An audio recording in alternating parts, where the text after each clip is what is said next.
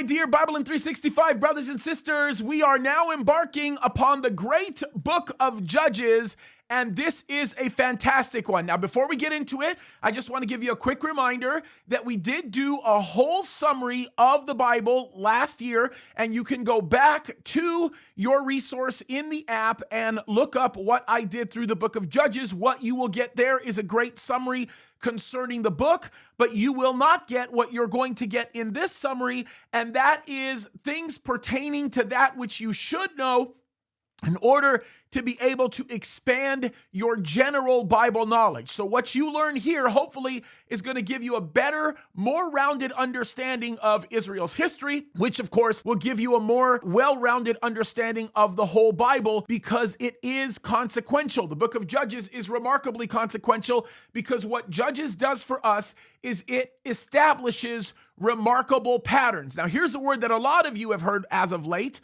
oftentimes out of context and understandably very, very inappropriately used, and that is the word oppression, right? However, the term oppression within the context of Jews is a very important term because when we look at it, there have been more oppressive deployments upon a people group amongst the Jews than any other people group in human history. And there's a big reason for that, and there's something that we should learn from that. But the pattern here really centers around a covenant that God made with his people and that his people made with him. And that is, of course, if you obey me, then I will protect you and bless you. If you disobey me, then I will not honor your efforts in rebellion. And as a result, I will allow you to suffer, which will be the natural discourse that comes from choosing to do things your way.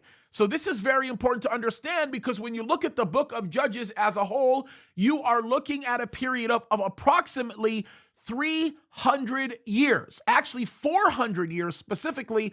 And what is remarkable is of those 400 years, you are talking about 110 of those years where the Israelites were oppressed, right? And the rest of those years were years where they actually sat at rest. And that relates to the type of people who ruled and what they chose to do in bringing people back into a close relationship with God. Now, there was a general ebb and flow that existed amongst them, and that is when they rebelled against God, they got to the point where God actually had to discipline them. When they chose to go back before God and beg him for mercy, God blessed them. But as they grew in their blessing, that's when they got arrogant. And then again, they were actually oppressed. So for example, when you look at Othniel, who was of course of Deborah in Yehuda or Judah, you would be looking at 40 years of rest as a result of his judgment. Or Ehud, that would be roughly 80 years of rest, another 40 years from Deborah. Or Gideon, you'd find lots of periods of rest as a result of their judgment, but in between those times, you had a lot of times of oppression. Like, for example, the Mesopotamians actually held Judah at bay for 8 years. The Moabites, the Ammonites, and the Amalekites held them for 18 years. The Canaanites for 20 years. The Midianites and the Amalekites, yes, again, for another 7 years. The Ammonites for 18 years yet again. And the Philistines for perhaps the longest period of time, which of course would have been 40 years, which was why Samson was so significant. And yet it's interesting to note that Samson's sin is what actually cut his ability down to be able to rule the people of Israel into a place of deliverance. So this is all very important stuff, and this is your homework. I want you to develop an understanding of the patterns that exist within the book of Judges.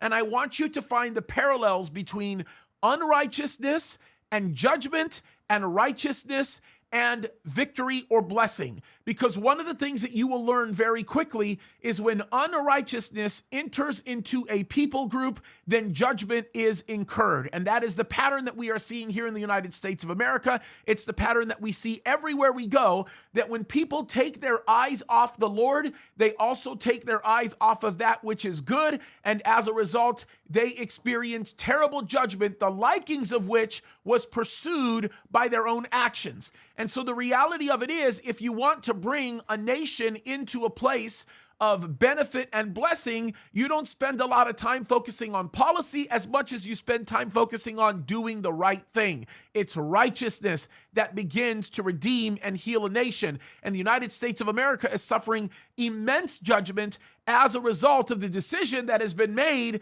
to pursue unrighteousness. That's the picture of the things that we continue to see, and it is perhaps one of the things that we need to pay attention to, because understand and know this. It's critical, guys.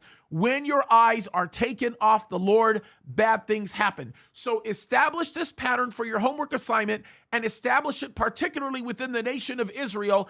And the better you study this, the more familiar you become with those patterns, the better you will be aware of the general ebb and flow that the nation of Israel had carried throughout the tenure of its history into the modern day.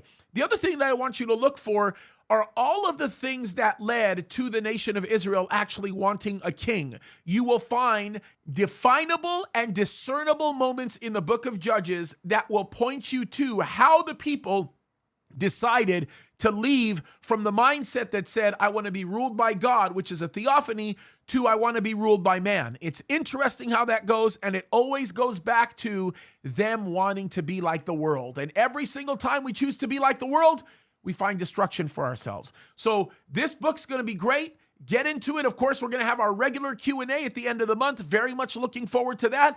Save your questions for that time. We'll try to keep up with all of them. Very looking forward to our time together. God bless you guys. Keep studying the word. Keep looking to him.